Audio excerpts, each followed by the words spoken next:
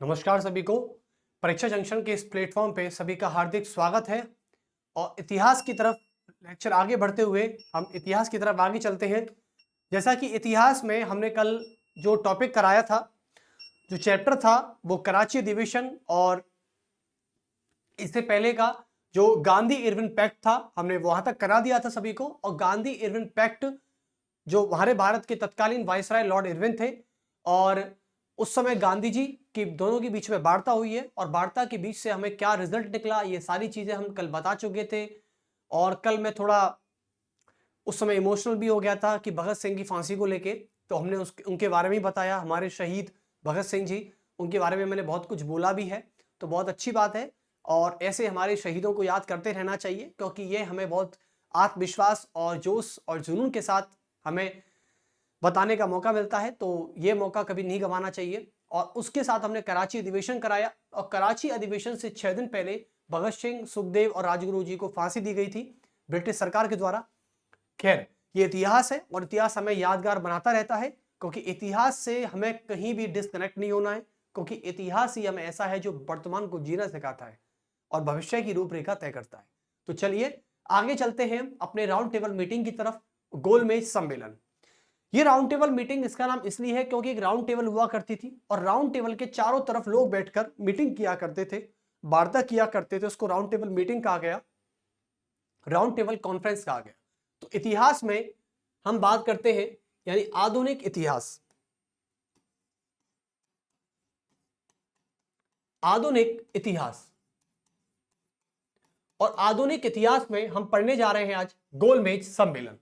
ये गोलमेज सम्मेलन जो होता है, ये एक्चुअली में भारत में नहीं हुआ था। ये मैं आपको बताना चाहूंगा, ये लंदन में हुआ था। कहां पर? लंदन में, यानी ब्रिटेन की राजधानी लंदन में होता है। और उस समय हमारे भारत में ब्रिटिश सरकार बड़े धूमधाम से काम कर ही रही थी।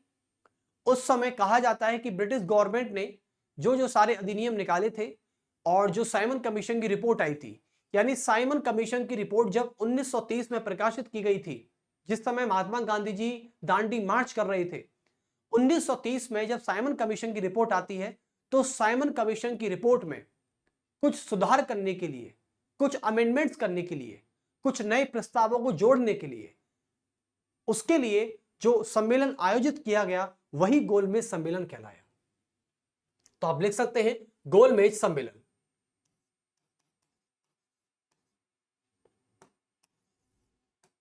यहां लिख सकते हैं आप गोलमेज सम्मेलन।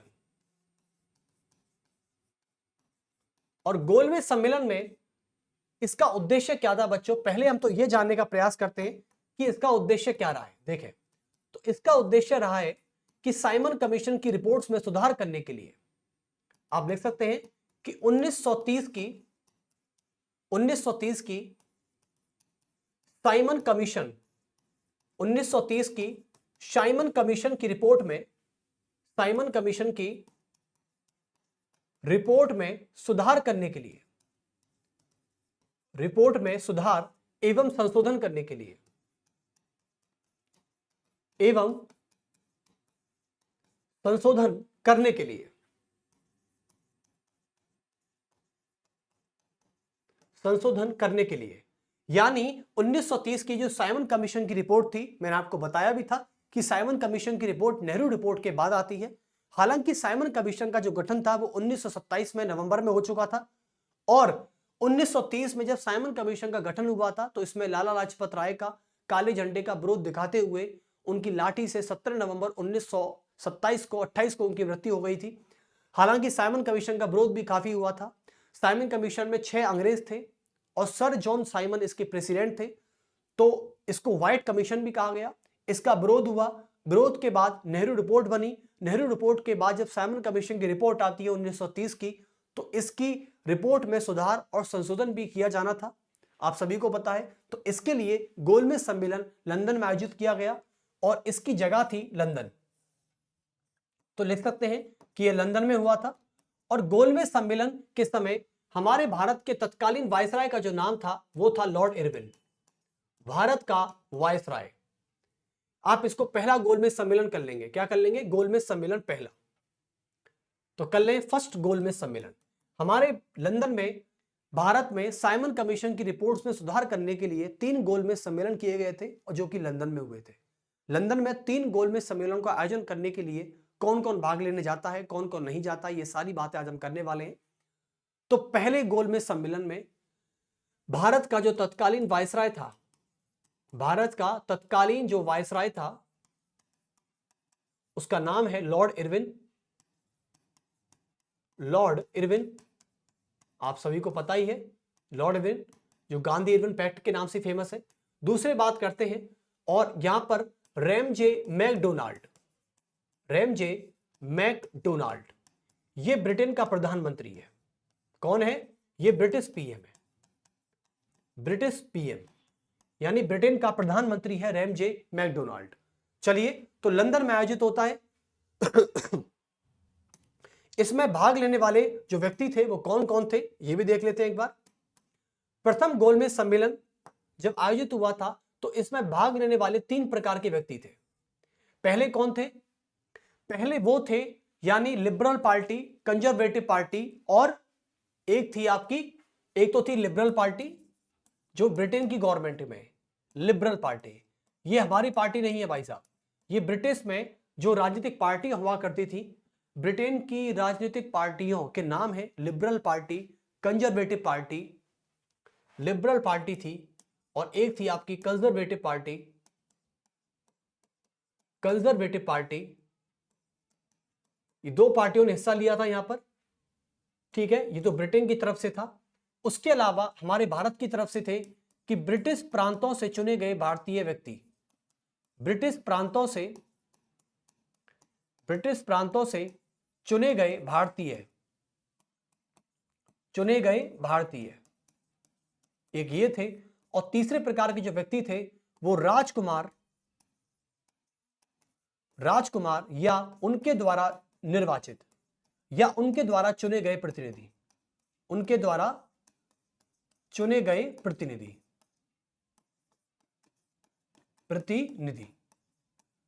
तो ये व्यक्ति थे। यानी 3 प्रकार के व्यक्तियों ने पहले गोलमेज सम्मेलन में हिस्सा लिया और उद्देश्य क्या था?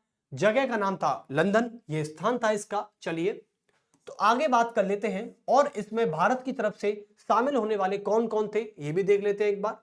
तो भारत की तरफ से देखो, भारत की तरफ से देखें तो इसमें शामिल होने वाले जैसे कि हिंदू महासभा, मुस्लिम लीग, दलित वर्ग, ये सब थे। तो इसमें कौन थे? इसमें होने को तो दलित वर्ग था, यानी दलित वर्ग प्लस में मुस्लिम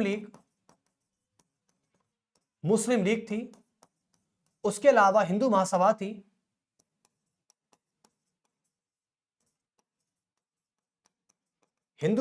इसमें, यानी कुल मिला के ये सब लोग थे, ठीक है, भारत की तरफ से। लेकिन बताया जाता है कि पहले गोलमेज सम्मेलन में भारत की सबसे बड़ी राजनीतिक पार्टी जिसका नाम था कांग्रेस ने पहले राउंड टेबल मीटिंग में हिस्सा नहीं लिया था, और पहले राउंड टेबल मीटिंग में हिस्सा नहीं लेने के कारण पहला गोलमेज सम्मेलन असफल रहा है। और पहला गोलमेज सम्मेलन जो कब हुआ था ये आपको मैं बता दूं, ये हुआ था आपका 1930, यानी 12 नवंबर 1930 से हुआ था। 12 नवंबर 1930 से हुआ था, 12 नवंबर 1930 से हुआ था, और ये 19 जनवरी 1931 तक हुआ था। तो आप मुझे सभी बताएंगे कि 19 जनवरी 1931 को महात्मा गांधी किस जगह थे? जरा एक बार अपने दिमाग पर जोर डाल के देखें और ये बताएं कि महात्मा गांधी 19 जनवरी यानी पहले गोलमेज सम्मेलन में हिस्सा लेने क्यों नहीं गए थे। आप एक बात सोचिए कि जिस कांग्रेस पार्टी का नेता, जिस कांग्रेस पार्टी का सरबराह, उसका मुखिया महात्मा गांधी जेल में पड़े हैं, जेल में वो निवास थे उस समय, तो कैसे कांग्रेस पार्टी किसी लंदन में जाकर किसी सम्मेलन में जाकर हिस्सा ले सकती है? क्या कांग्रेस पार्टी ने कोई भी फैसला महात्मा गांधी से बिना पूछे कभी लिया है क्या? कभी नहीं लिया। जब कोई फैसला महात्मा गांधी से बिना पूछे लिया ही नहीं है तो आज कैसे ले सकती है कांग्रेस पार्टी? यानी उस समय की बात कर रहा हूं मैं, इस समय की बात नहीं कर रहा, ठीक है, इस कांग्रेस पार्टी की बात नहीं कर रहा मैं, उस समय की कांग्रेस पार्टी की बात कर रहा हूं कि जिस कांग्रेस पार्टी में पंडित जवाहरलाल नेहरू खुद थे और सारे बड़े बड़े नेता थे, जब उस समय की पार्टी में महात्मा गांधी नहीं थे और महात्मा गांधी जेल में थे भाई। जब महात्मा गांधी जेल में है और पार्टी लंदन जा रही है सम्मेलन करने, कभी ऐसा हो ही नहीं सकता। जब तक महात्मा गांधी जेल में रहेंगे तब तक कांग्रेस पार्टी हिस्सा नहीं लेगी। कुछ ऐसी डिमांड भी की गई थी। तो महात्मा गांधी भी जेल में थे, क्योंकि 25 जनवरी 1931 को महात्मा गांधी जेल से छूटे हैं। फिर 19 फरवरी 1931 को उन्होंने गांधी इरविन पैक्ट के लिए वार्ता शुरू की है और 5 मार्च को गांधी इरविन पैक्ट हो चुका है। फिर जाके उन्होंने 29 मार्च को कराची अधिवेशन किया। यह सारी कहानी जेल से छूटने के बाद स्टार्ट हुई है। और जब महात्मा गांधी जेल से रिहा हुए थे तो जेल से रिहा होने के बाद उन्होंने पहला पैक्ट किया था गांधी इरविन पैक्ट। और गांधी इरविन पैक्ट में ही इरविन ने उन्हें सेकंड राउंड टेबल मीटिंग में हिस्सा लेने के लिए भेजा था। कब भेजा था? सेकंड राउंड टेबल मीटिंग में हिस्सा लेने के लिए आमंत्रित किया था इरविन ने अपनी वार्ता में। ठीक है, यानी मैं आपको बताना चाहूंगा गणित ये था, जैसे कि 6 मई 1930 को महात्मा गांधी जेल गए थे। जेल गए थे नहीं गए थे? चलिए, 6 मई के बाद आता है आपका 25 जनवरी 1931 को महात्मा गांधी क्या हुए? रिहा हुए। और पहला राउंड टेबल मीटिंग कब हुआ था? 19 जनवरी तक हुआ था। तो 25 से पहले यहां पर 19 जनवरी है। महात्मा गांधी अभी तो जेल में ही थे। जब महात्मा गांधी अभी जेल में ही हैं तो वो पहली राउंड टेबल मीटिंग में हिस्सा कैसे ले सकते हैं? क्योंकि उनको तो रिहा 25 जनवरी को किया गया था, जबकि 19 जनवरी को तो पहली राउंड टेबल मीटिंग लंदन में खत्म हो गई थी। ठीक है, तो इस कारण से जब गांधी नहीं तो कांग्रेस नहीं, और कांग्रेस के सम्मिलित ना होने के कारण पहला राउंड टेबल मीटिंग फिनिश हो गया था, असफल रह गया था। 25 जनवरी के बाद उनकी जो पहली मीटिंग थी वो थी 19 फरवरी से लेके 5 मार्च के बीच। और 5 मार्च को यहां पर गांधी इरविन पैक्ट हुआ था। गांधी इरविन पैक्ट हुआ था, ये था। तो ये गांधी इरविन पैक्ट हुआ था 5 मार्च को, समझे? 19 फरवरी से 5 मार्च को रिहा होने के बाद। और इसके बाद 29 मार्च को, उसके बाद 29 मार्च 1931 को गांधी जी ने कराची अधिवेशन किया था सरदार वल्लभ भाई पटेल की प्रेसिडेंसी में। तो यहां पर कराची सेशन हुआ था। अब मुझे एक बात बताएं, 29 मार्च, चलिए अब सेकंड राउंड टेबल मीटिंग कब होता है?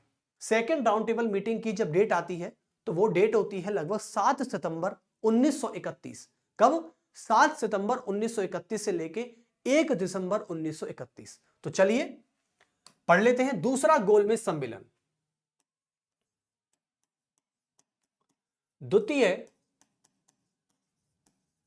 द्वितीय गोलमेज सम्मेलन। ये दूसरा गोलमेज सम्मेलन क्या कहता है बच्चों? एक बार इस पर डिस्कस कर लेते हैं।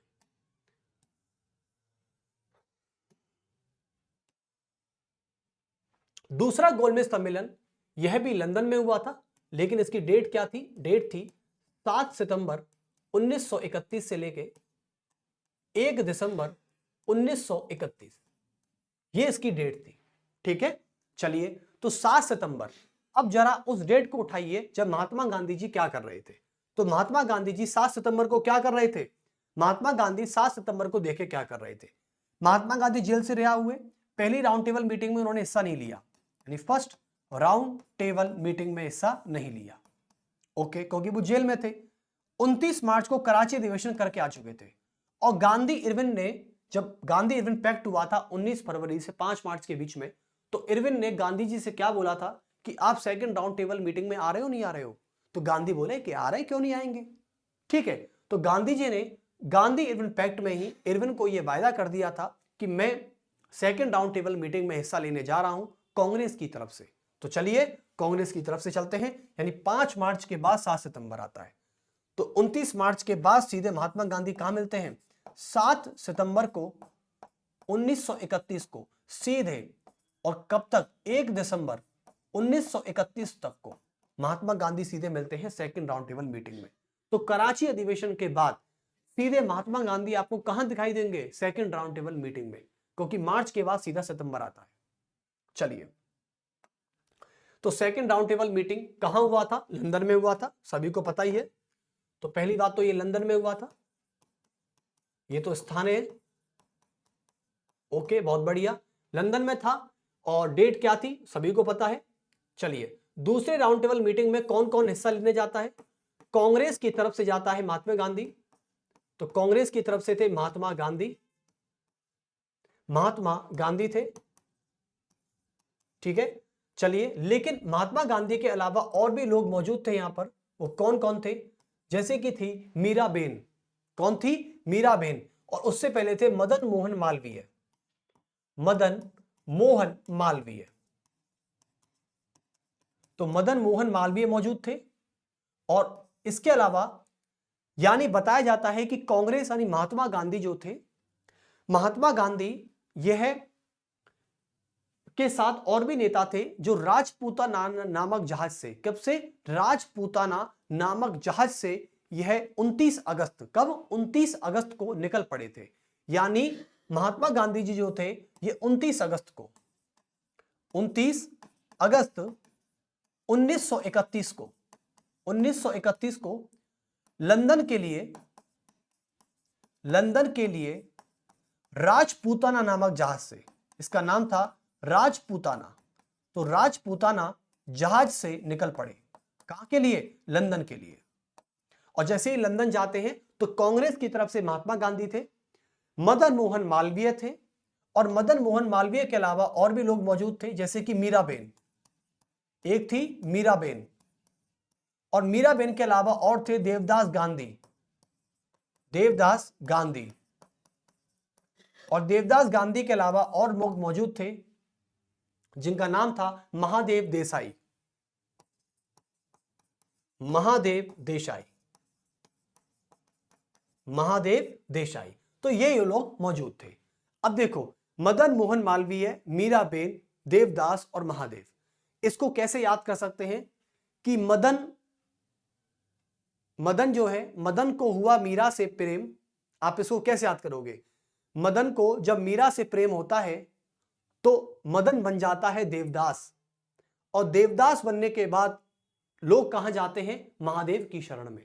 यानी इसको इस तरीके से याद कर सकते हैं कि मदन पड़ता है मीरा के प्रेम में, और जब कोई व्यक्ति प्रेम में पड़ेगा और जब प्रेम से चोट लगेगी तो वो देवदास बनेगा, और देवदास के बाद वो भगवान की शरण यानी महादेव की शरण में चला जाएगा। तो ऐसे आप इसको याद कर सकते हैं। और महात्मा गांधी कांग्रेस की तरफ से थे, 29 अगस्त को राजपूताना नामक जहाज से निकल पड़े थे, ठीक है। और जैसे ही ये लंदन पहुंचते हैं तो 7 सितंबर 1931 को इनका क्या होता है? सेकेंड राउंड टेबल मीटिंग होती है। और इसमें एक और व्यक्ति थे जिनका नाम था doctor B R Ambedkar, doctor B R Ambedkar. अब सबसे बड़ा चैलेंज ये है कि डॉक्टर बी आर अंबेडकर जो कि इतने पढ़े लिखे व्यक्ति, इतने योग्य व्यक्ति, उनके साथ गांधी जी की बहस हो जाती है सेकेंड राउंड टेबल मीटिंग में। जैसे ही राउंड टेबल मीटिंग चल रही थी तो doctor B R Ambedkar ji ने दलितों को लेके, यानी दलितों को एक वर्ग में डालने के रूप में डॉक्टर बी आर अंबेडकर और महात्मा गांधी के बीच में टकराव हो जाता है, और दोनों में मतभेद हो जाने के कारण सेकेंड राउंड टेबल मीटिंग भी विफल रह जाती है, यानी फेल हो जाती है। तो कुल मिला के जब महात्मा गांधी और डॉक्टर बी आर अंबेडकर के बीच में क्या हो जाता है? एक मतभेद हो जाता है। मतभेद के चलते यह सेकेंड राउंड टेबल मीटिंग क्या हो जाती है? असफल हो जाती है। क्या हो जाती है? असफल हो जाती है। और जब ये सेकेंड राउंड टेबल मीटिंग असफल रहती है तो इसके लिए पूना पैक्ट किया जाता है, और पूना पैक्ट तीसरे गोलमेज सम्मेलन से पहले किया गया था, क्योंकि तीसरा गोलमेज सम्मेलन तभी होगा जब गांधी और अंबेडकर के बीच में एक वार्ता हो जाएगी, एक सुलह हो जाएगी, एक समझौता हो जाएगा, ताकि ये वापस भविष्य में कभी आगे ना लड़े, ठीक है। तो गांधी और अंबेडकर के बीच में यही मुख्य विवाद था। मैं आपको बताना चाहूंगा, महात्मा गांधी जी ने जैसे कि हरिजन अभियान किया है, महात्मा गांधी ने दलितों के लिए हमेशा बहुत अच्छे काम भी किए हैं, लेकिन महात्मा गांधी जी ये कहते थे कि दलितों को एक अलग वर्ग में ना डाला जाए, यानी दलितों को कभी भी हिंदुओं से अलग ना किया जाए। लेकिन अंबेडकर जी ये कहते थे कि यदि हम दलितों को अलग से उनकी कैटेगरी नहीं बनाएंगे तो उनको वो लाभ सब प्राप्त नहीं होंगे, जैसे कि आरक्षण का लाभ है, वो सभी सहूलियत नहीं मिल पाएंगी, क्योंकि दलितों का हमेशा से, आज से नहीं बल्कि लगभग 3000 सालों से शोषण होता आया है। तो महात्मा गांधी जी अंबेडकर के द्वारा दलितों को एक वर्ग में अलग से डालने के रूप में विरोध थे। यानी अंबेडकर जब दलितों को अलग करना चाहते थे तो महात्मा गांधी इसी बात के खिलाफ थे। महात्मा गांधी कभी भी दलितों के खिलाफ नहीं थे, बस अंबेडकर जो दलितों को लेकर काम कर रहे थे, यानी एक अलग वर्ग बना रहे थे, इनका एक अलग सूची बना रहे थे इनकी, वो इसके विरोध में थे। हालांकि महात्मा गांधी जी ने भी हरिजन अभियान किया है अपने जीवन में, तो वो दलितों का काफी सम्मान करते हैं, इनके खिलाफ होने वाले शोषण की अवहेलना करते हैं, खिलाफ उनकी बात करते हैं। वो कहते हैं कि दलितों का शोषण नहीं होना चाहिए, दलितों को मौका मिलना चाहिए, लेकिन कहते हैं कि बच्चों देखो समझाने से कुछ नहीं होता। अंबेडकर तो इस पर एक कानून बनाना चाहते थे, इसलिए उन्होंने ऐसा किया। तो ये सारी बातें आप समझ चुके हैं। इन दोनों के बीच में मतभेद होने के कारण लिखेंगे, आप लिख सकते हैं निष्कर्ष के तौर पर कि इसका निष्कर्ष क्या निकला। इसका निष्कर्ष निकला डॉक्टर बी आर अंबेडकर तथा गांधी के बीच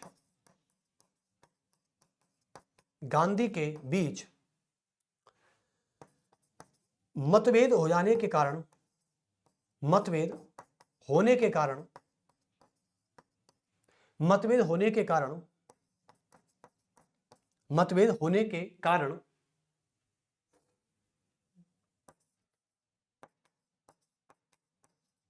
द्वितीय गोलमेज सम्मेलन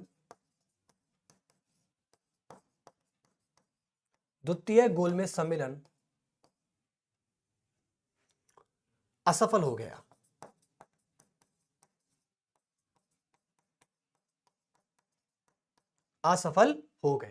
और जब असफल रहेगा तो बस आप समझ जाएं कुल मिला के। ठीक है, चलिए अब महात्मा गांधी जी क्या हुए, 1 दिसंबर नहीं बल्कि 28 दिसंबर को ये साहब क्या हुए, 28 दिसंबर को महात्मा गांधी जी लौट पड़े।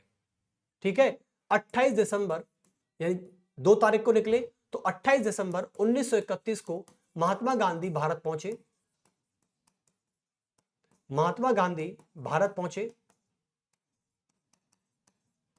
और जैसे ही महात्मा गांधी भारत पहुंचे 29 दिसंबर को यानी 29 दिसंबर 1931 को महात्मा गांधी ने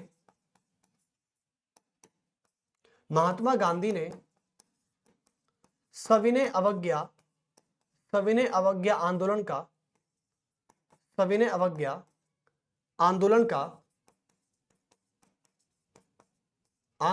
दूसरा चरण प्रारंभ कर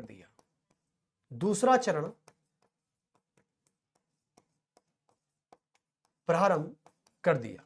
यानी 29 दिसंबर को महात्मा गांधी ने सविनय अवज्ञा आंदोलन का दूसरा चरण प्रारंभ कर दिया गया। तो कुल मिला के यानी ये कहा जाता है कि महात्मा गांधी ने 29 को स्टार्ट कर दिया था, 28 दिसंबर को वो भारत आ गए थे। चलिए, तो कुल मिला के लंदन से भारत आए। अब बात कही जाती है कि सेकंड राउंड टेबल मीटिंग तो असफल रह गया, लेकिन इसके बाद हुआ था बच्चों पूना पैक्ट। क्या हुआ था? पूना पैक्ट। चलिए तो एक बार पूना पैक्ट पे बात कर लेते हैं। पूना पैक्ट को एक्चुअली में महात्मा गांधी जी पूना समझौता को एक्चुअली महात्मा गांधी जी और डॉक्टर भीमराव अंबेडकर के बीच में एक समझौते के रूप में देखा जाता है। जो द्वितीय गोलमेज सम्मेलन में महात्मा गांधी जी और डॉक्टर अंबेडकर के बीच में जो मतभेद हो गया था, उस लड़ाई को सुलह में कन्वर्ट करने के लिए, उस लड़ाई को दोस्ती में बनाने के लिए पूना समझौता किया गया था। ठीक है, जिसको सांप्रदायिक घोषणा भी कहा जाता है। तो आप लिख सकते हैं कि सांप्रदायिक घोषणा, इसको सांप्रदायिक घोषणा भी कहा जाता है। ठीक है, चलिए तो आगे चलते हैं। पूना समझौता में एक्चुअली में बताया जाता है कि 16 सितंबर 1932 को डॉक्टर अंबेडकर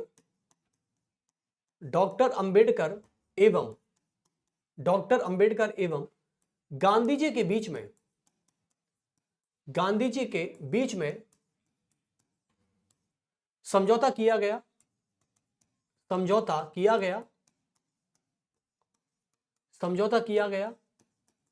और सबसे बड़ी बात है बच्चों कि 16 सितंबर को तो किया गया था, लेकिन सांप्रदायिक घोषणा में लिखेंगे कि डॉक्टर बी आर अंबेडकर ने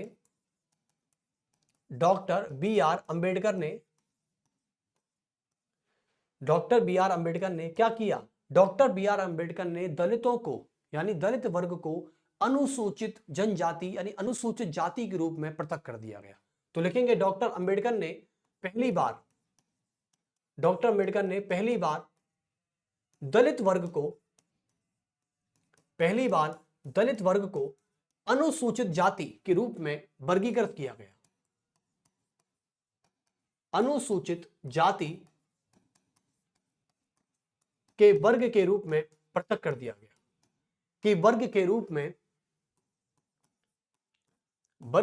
में अलग कर दिया गया। यदि आपसे कोई क्वेश्चन पूछे कि दलितों को पहली बार अनुसूचित जाति के क्षेत्र में यानी अनुसूचित जनजाति की सूची में कब डाला गया था, तो सांप्रदायिक घोषणा में डाला गया था। और सांप्रदायिक घोषणा यानी डॉक्टर अंबेडकर और महात्मा गांधी जी के बीच में इस बात पर सहमति कब हुई थी? चलिए, तो यहां थे Mahatma Gandhi versus doctor B R Ambedkar के बीच में जो सहमति होती है उसको ये सांप्रदायिक घोषणा कहा जाता है, पूना समझौता कहा जाता है। और यह हुई थी 25 सितंबर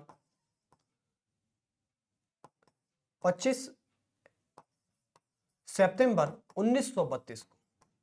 तो 25 सितंबर 1932 को पूना समझौता या सांप्रदायिक घोषणा की गई।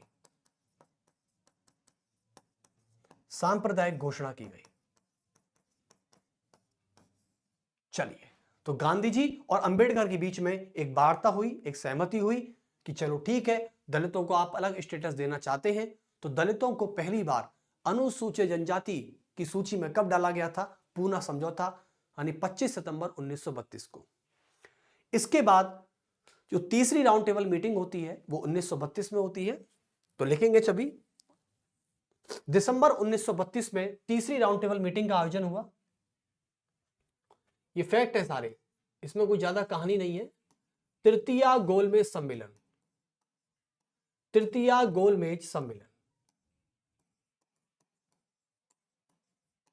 तीसरा गोलमेज सम्मेलन, ठीक है। अब देखो, तीसरा गोलमेज सम्मेलन जो है ये 1932 में हुआ था। 1932 और 33 के बीच हुआ था। 1932 और 33 के बीच होता है बच्चों। और तीसरे राउंड टेबल मीटिंग में केवल ज्यादा कुछ खास नहीं था। 1932 और 33 के बीच हुआ था, इसमें ज्यादा कुछ खास नहीं था। बस इसमें यह था कि तीसरे राउंड टेबल मीटिंग में 1934 का एक श्वेत पत्र तैयार किया गया।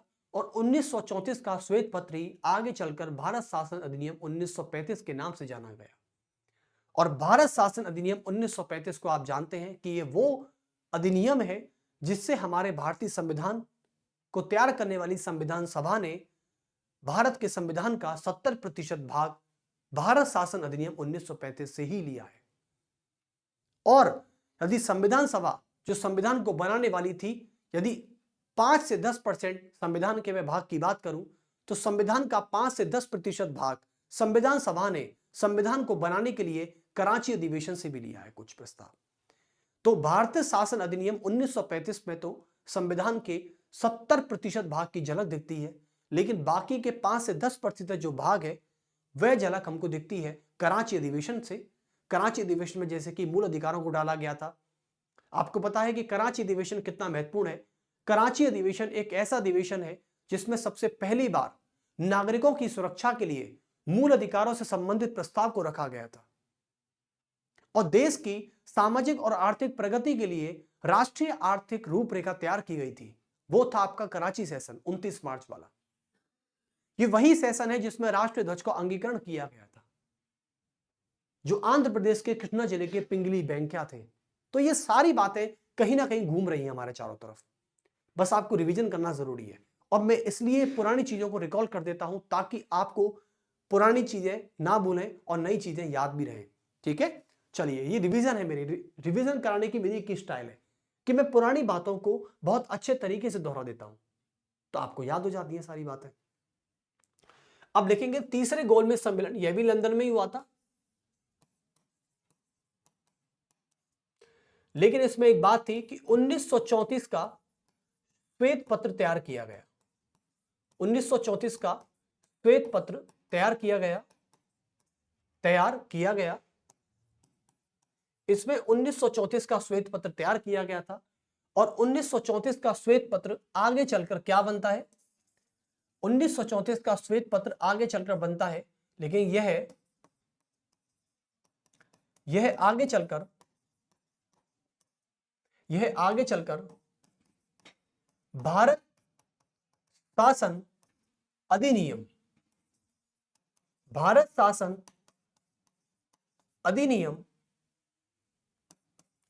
1935 के नाम से जाना गया। 1935 के नाम से जाना गया। और आपको पता है कि यह वही शासन अधिनियम है बच्चों, कि जब हमारे भारत का 70% भाग यहीं से लिया गया है। और 70% भाग यहीं से लेने का मतलब है कि हमारे संविधान के 70% भाग की झलक आज हमको इसी शासन अधिनियम से मिलती जुलती है। और इसके अलावा देखो 70% की बात करूं तो हमारे संविधान, जैसे कि हमारा संविधान है, ठीक है, आज आपको बता ही देते हैं, संविधान का लगभग 70% भाग की मैं बात करता हूं तो यह लिया गया है 1935 के अधिनियम से। ठीक है, तो 70% भाग हो गया। ठीक है, उसके अलावा बात करते हैं 5 से 10% जो भाग है यह लिया गया है कराची अधिवेशन से। ठीक है, उसके अलावा जो बात करते हैं नेक्स्ट 5 से 10% और बचा कितना 20%। 20% जो भाग है हमारे संविधान का, यह अन्य देशों के संविधान से लिया है। अन्य देशों के संविधान से लिया है, संविधान से लिया गया है।